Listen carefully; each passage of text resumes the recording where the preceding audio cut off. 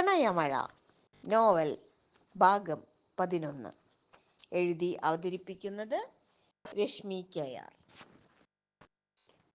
അവരുടെ ബൈക്ക് വീടിന്റെ മുന്നിലെത്തിയതും അവരുടെ അരികത്തേക്ക് സുമിത്ര ഓടി വന്നു. എന്നിട്ട് ചോദിച്ചു, എവിടേക്കാ മക്കളെ നിങ്ങൾ പോയത്? മനുഷ്യരെ പേടിപ്പിച്ച് കളഞ്ഞല്ലോ. ഒന്ന് പറഞ്ഞിട്ട് പോകാമായിരുന്നില്ലേ?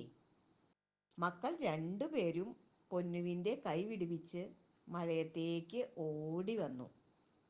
അവർ പിണങ്ങിക്കൊണ്ട് രണ്ടുപേരെയും കെട്ടിപ്പിടിച്ചുകൊണ്ട് പറഞ്ഞു, ഞങ്ങൾ പേടിച്ചു. എവിടിച്ചാ പോയത്?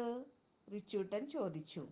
ഈ തണുപ്പത്ത് കൊണ്ടുപോകാൻ പറ്റില്ല മക്കളെ, ഇനി ഒരിക്കൽ കൊണ്ടുപോവാം ട്ടോ. രണ്ടുപേരും മാറി മാറി കുഞ്ഞുങ്ങളുടെ കവിളിൽ മുത്തം നൽകി. എന്നിട്ട് മുഖം തെളിഞ്ഞിട്ടുണ്ടായിരുന്നില്ല. മക്കൾക്ക് അമ്മ നാളെ ഐസ്ക്രീം വാങ്ങിച്ചു തരാം, നമുക്കെല്ലാവർക്കും കൂടി പുറത്ത് പോയി കഴിക്കാം. സന്തോഷമായില്ലേ? അതും പറഞ്ഞ് അകത്തേക്ക് നടക്കാൻ തുടങ്ങുമ്പോഴേക്കും സുമിത്ര ഉടുത്തിരുന്ന സെറ്റ് മുണ്ടിന്റെ നേരിയതിൻ്റെ അറ്റം കൊണ്ട് ആമിയുടെ തല തുവർത്തിക്കൊടുത്തു. അത് കണ്ട് നോക്കി നിൽക്കുകയായിരുന്ന സുബൈറിനെയും അടുത്തേക്ക് വിളിച്ചു. നീ എനിക്ക് പിറക്കാതെ പോയ മകനാണ്. അവൻ്റെ തലയും തുടച്ചു കൊടുത്തു.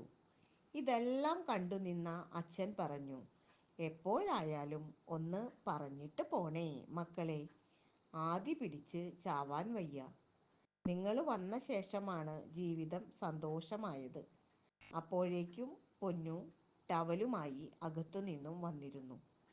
സുമിത്ര രണ്ടുപേരോടുമായി പറഞ്ഞു, പോയി ഡ്രസ്സ് മാറ്റിയിട്ട് വായോ, അല്ലെങ്കിൽ പനി പിടിച്ച് കിടപ്പിലാവും. പൊന്നു പറഞ്ഞു തുടങ്ങി. ഉറക്കത്തിൽ നിന്ന് പെട്ടെന്നാണ് റിച്ചൂട്ടൻ എണീറ്റത്. അമ്മയെ അന്വേഷിച്ച് കരച്ചിലായി. ഞങ്ങൾ റൂമിൽ വന്ന് നോക്കിയപ്പോൾ നിങ്ങളെ കണ്ടില്ല. ഇവരുടെ കരച്ചിൽ കേട്ട് അച്ഛനും അമ്മയും എണീറ്റു.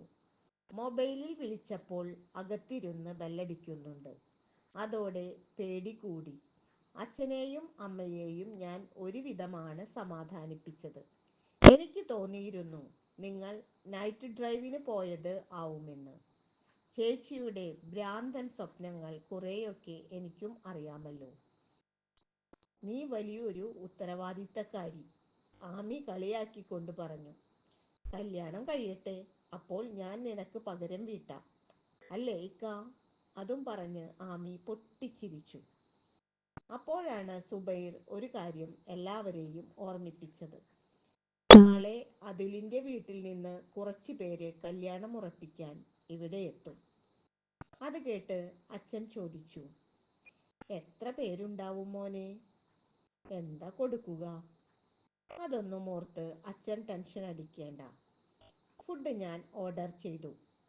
ഏകദേശം 50 പേരുണ്ടാവും. പൊന്നുവിനെ ഒരുക്കാനായി ബ്യൂട്ടീഷ്യനെയും ഏർപ്പാട് ചെയ്തിട്ടുണ്ട്.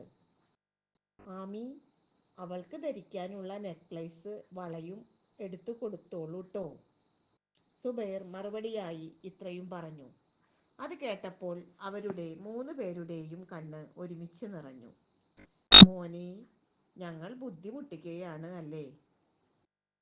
അവൻ ആ വൃദ്ധനെ ചേർത്ത് പിടിച്ചുകൊണ്ട് ആശ്വസിപ്പിച്ചു. പിറക്കാതെ പോയ മകനാണെന്ന് ഇടയ്ക്കിടയ്ക്ക് പറയുന്നത് വെറുതെയാണ് അല്ലേ? മകൻ ചെയ്യേണ്ട കടമയല്ലേ ഞാൻ ചെയ്തിട്ടുള്ളൂ. എൻ്റെ ആമിയുടെ അനിയത്തി എൻ്റെയും അനിയത്തിയല്ലേ? ആമി ആഭരണങ്ങൾ അടങ്ങിയ പെട്ടി പൊന്നുവിൻ്റെ കയ്യിൽ ഏൽപ്പിച്ചു. അവളുടെ കണ്ണും അത് വാങ്ങുമ്പോൾ നിറയുന്നുണ്ടായിരുന്നു. സാരമില്ലടി, നിന്റെ പരിഭവം തീർന്നില്ലേ? ഞാൻ നിന്നെ മറന്നോ എന്ന്? സുബൈർ ആമിയെ വിളിച്ച് അവരുടെ റൂമിലേക്ക് കൂട്ടിക്കൊണ്ടുപോയി. നനഞ്ഞ വസ്ത്രം ഇതുവരെ മാറിയിട്ടുണ്ടായിരുന്നില്ല. വാതിലടച്ച് കുറ്റിയിട്ട ശേഷം സുബൈർ അവൾക്ക് നേരെ നടന്നു വരുന്നത് കണ്ടപ്പോൾ ആമി പറഞ്ഞു, നോക്കിക്ക, നേരം വെളുക്കാറായിട്ടോ. ഇനി കിന്നരിക്കാനൊന്നും സമയമില്ല. വിരുന്നുകാർ വരുമ്പോഴേക്കും കുറച്ചുകൂടെ അറേഞ്ച് ചെയ്യാനുണ്ട്. സുബൈർ അവളെ പിടിച്ച് കിടക്കയിലേക്ക് വലിച്ചിട്ടു. അതൊക്കെ അവർ നോക്കിക്കോളും. നമുക്ക് കുറച്ചുകൂടി സ്വർഗം പണിയാനുണ്ട്. അയ്യടാ. അവൾ അവൻ്റെ കൈ കുതറി മാറ്റാൻ ശ്രമിച്ചു. പക്ഷേ അവൻ വിട്ടില്ല. നേരം പുലർന്നിട്ടും ഒരു 10 മണിയാവാറായിട്ടുണ്ടാവും അവർ എണീറ്റപ്പോൾ.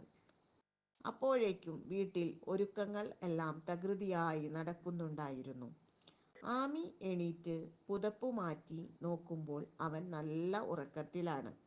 അവൾ എഴുന്നേറ്റ് ഫ്രഷായി താഴേക്ക് ചെന്നപ്പോൾ ചോദിച്ചു, എന്നെ വിളിക്കാമായിരുന്നില്ലേ അമ്മേ? മറുപടിയായി സുമിത്ര പറഞ്ഞു, നേരം വൈകിയല്ലേ കിടന്നത്, ഉറങ്ങിക്കോട്ടെ എന്ന് കരുതി. അതും പറഞ്ഞ് ഒരു കപ്പ് ചായ അവൾക്ക് നേരെ നീട്ടി.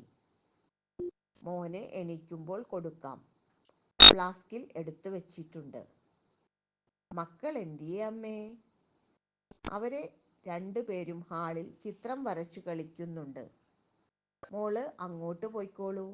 പൊന്നു എന്തിയേ അമ്മേ? അവൾ മുറിയിൽ കുറേ നേരമായി ഇരിപ്പുണ്ട്. എന്തു പറ്റിയതാ അമ്മേ? എനിക്കറിയില്ല മോളെ. കരഞ്ഞു വീർത്ത മുഖവുമായി കുറേ നേരമായി ഇരിപ്പുണ്ട്. ആമി മുറിയിൽ ചെന്നതും ഓടി വന്ന് പൊന്നു അവളെ കെട്ടിപ്പിടിച്ച് പൊട്ടിക്കരഞ്ഞു. എന്താ മോളെ, എന്താ പ്രശ്നം? എന്നാലും ചേച്ചി, ഏട്ടനെ ബുദ്ധിമുട്ടിച്ചുകൊണ്ട് എനിക്ക് ഈ കല്യാണം വേണ്ട. ഓ, അതാണോ പ്രശ്നം? അത് സാരമില്ല മോളെ. എന്തായാലും കല്യാണം കഴിക്കണ്ടേ? അതിപ്പോ നമ്മളെ ഇഷ്ടപ്പെടുന്ന പയ്യനാവുമ്പോൾ അതല്ലേ നല്ലത്. അവരെ സ്ത്രീധനം ഒന്നും ചോദിച്ചിട്ടില്ല. ഏട്ടൻ നിനക്ക് വേണ്ടി വാങ്ങിയതാണ്. നിനക്ക് ഒരു സർപ്രൈസ് ആവട്ടെ എന്ന് കരുതിയാണ് മുൻകൂട്ടി പറയാതിരുന്നത്. ഞങ്ങൾക്ക് മടങ്ങിപ്പോകാൻ ദിവസങ്ങൾ കുറവായതുകൊണ്ട് ഇന്ന് തന്നെ എൻഗേജ്മെന്റ് നടത്താം എന്ന് കരുതി. ചിലപ്പോൾ ഇക്ക ആദ്യം പോകും.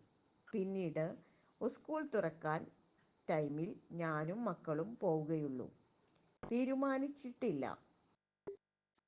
ആമി തൻ്റെ കുഞ്ഞനുജത്തിയുടെ തലയിൽ തഴുകി അവളെ ആശ്വസിപ്പിച്ചു.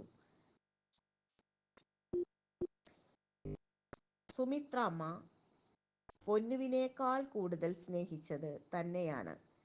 അതിനുള്ള കടം വീട്ടൽ കൂടിയാണ് ഇത്, ആമി മനസ്സിൽ പറഞ്ഞു.